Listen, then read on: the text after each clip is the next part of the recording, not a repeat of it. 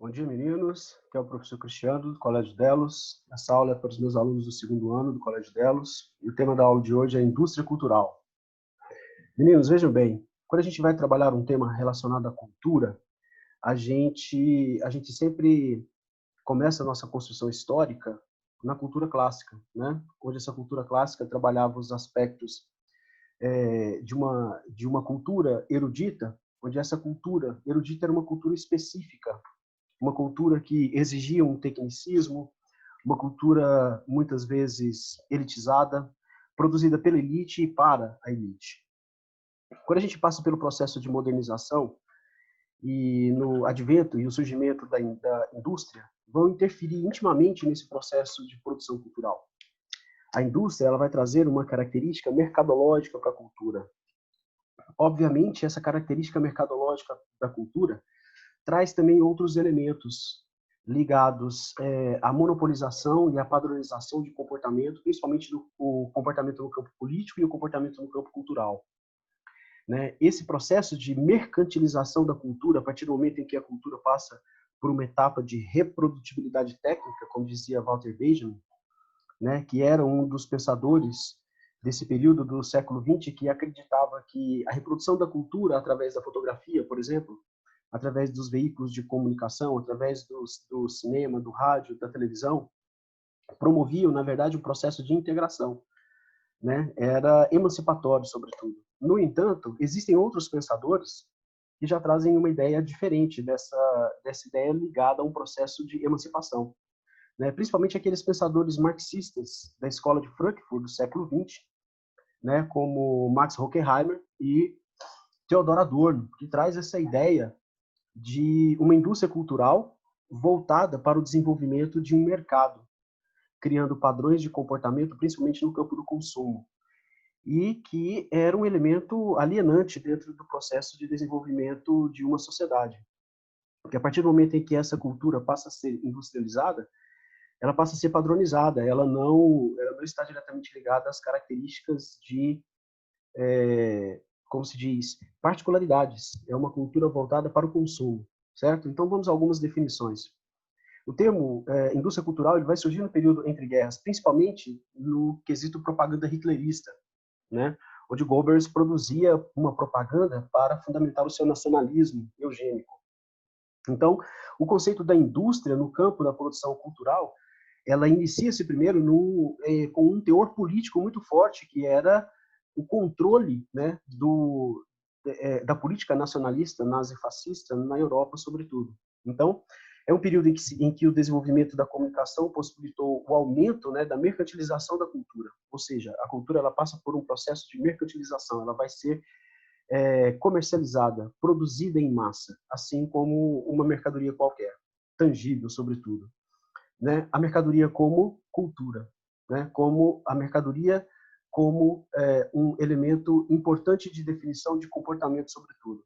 E o que faz com que mude esse conceito de cultura no campo da apreciação técnica, né, tanto específica da cultura erudita ou cultura popular, e esse novo modelo cultural como mercadoria? São as inovações técnicas. Essas inovações técnicas elas vão modificar a natureza da cultura popular e erudita, onde a cultura erudita ela vai perder o seu tecnicismo e o seu caráter excludente, né? E a cultura popular ela vai perder a sua originalidade, porque ambas serão massificadas nesse processo, ok?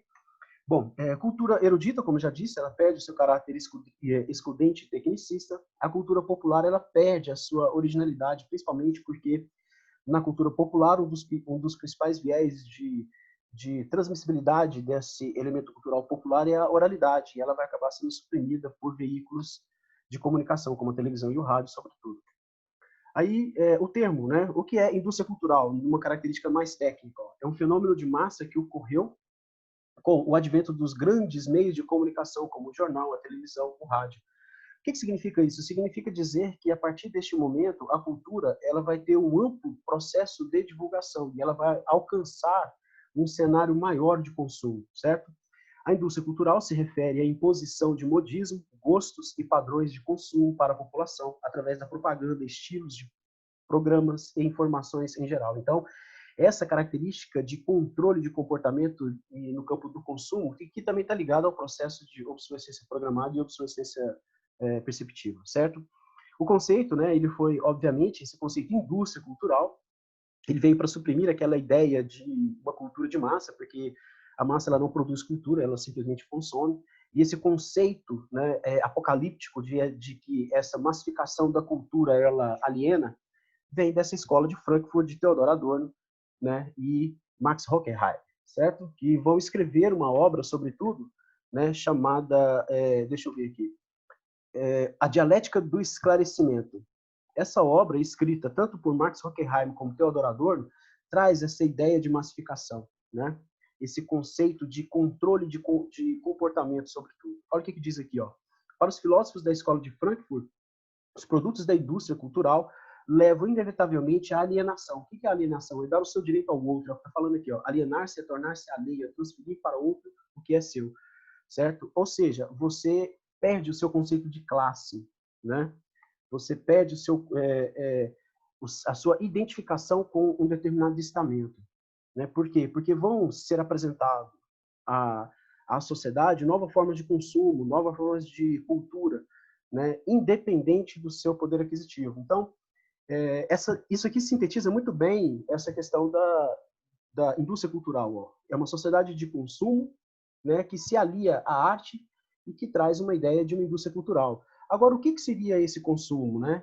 Desde produtos palpáveis, como moda de roupa, sapato, desde a cor do esmalte, desde o tamanho do salto, o modelo do relógio, né? Até os chamados enlatados, como o próprio Netflix é um conceito dessa indústria cultural que massifica, né?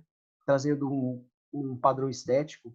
E tudo isso popularizado pelo rádio, pela TV, pelo cinema, pela música, né? É a uniformização do sujeito, a manipulação da sua autonomia, é a despolitização. Né? E o Brasil tem esse desenvolvimento de controle político. Né? Onde que vem esse desenvolvimento de controle político no Brasil? Ele vem ali com a chamada telenovela, que vai criar padrão, que vai criar corte de cabelo, que vai criar modelo de roupa, que vai levantar assuntos polêmicos ou assuntos inteiramente sem menor sentido político ou cultural, certo? Mas sempre no sentido de entreter e para atender ao interesse de uma indústria, ok?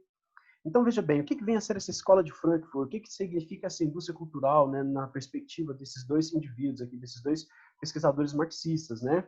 É um conceito criado por Theodor Adorno e Max Horkheimer para referir-se à capacidade da economia capitalista para produzir bens culturais como mercadoria de massa em larga escala, né? No caso, aquele elemento do processo moderno de produção industrial chamado Fordismo e logo em seguida, ou melhor, o Taylorismo, logo em seguida o Fordismo, certo?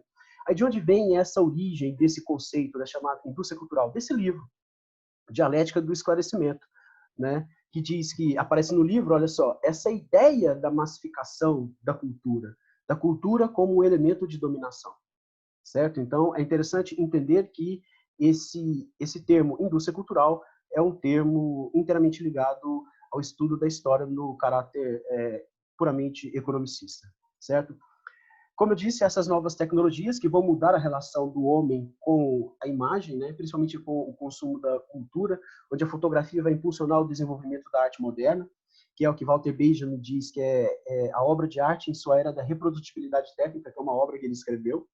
O outro, que o cinema, que vai empreender o movimento e vai dar vida às imagens, né, trazendo uma característica mágica, né, para apreciação e consumo da cultura. No Brasil, sobretudo, década de 80, né, que era o bojo ali da Guerra Fria, nós tínhamos uma influência estadunidense muito grande no Brasil, principalmente no campo do cinema. Né? O cinema trazendo os americanos como o ideal do chamado American Way of Life, o jeito americano de viver como modo ideal, correto, em sentido do progresso da vida. Né? E está posta a rivalidade entre a palavra e a imagem, né? Entre a oralidade e a imagem, entre um quadro de tinta a óleo e a fotografia, né? Entre uma reprodução, né, de uma peça musical no teatro ou simplesmente ligar o computador e escutar toda essa simbologia pela tela, certo? Aqui nós temos questões que vão ser aplicadas dentro desse processo, né, que por que não se chama mais cultura de massa, né, ou indústria de massa, desculpa aqui, o termo está equivocado aqui, não é indústria de massa, é cultura de massa, ou indústria cultural, né, porque, nesse sentido, é porque a escola de Frankfurt percebeu que a massa, ela não produz cultura, ela consome cultura, então eles mudaram o conceito, que aqui não deveria ser indústria de massa, e sim cultura de massa, né, e essa massificação da cultura, que é uma outra questão que a gente propõe, ela vai promover a banalização ou a democratização da cultura. E nós temos duas vertentes com relação a isso. Walter Benjamin diz que ela vai democratizar, né? Que quando você fotografa o quadro da Mona Lisa, você cria uma outra arte. A fotografia é uma outra arte, não é a mesma arte. Você vai criar uma outra arte através da reprodutibilidade técnica, né? Então, ela vai integralizar, ela vai emancipar. Já no caso de Theodor Adorno e Max Horkheimer, eles já trazem uma ideia de que essa indústria cultural ela foi criada para massificar, para controlar comportamento e principalmente atender aos interesses da indústria. Então nós temos aí duas perspectivas.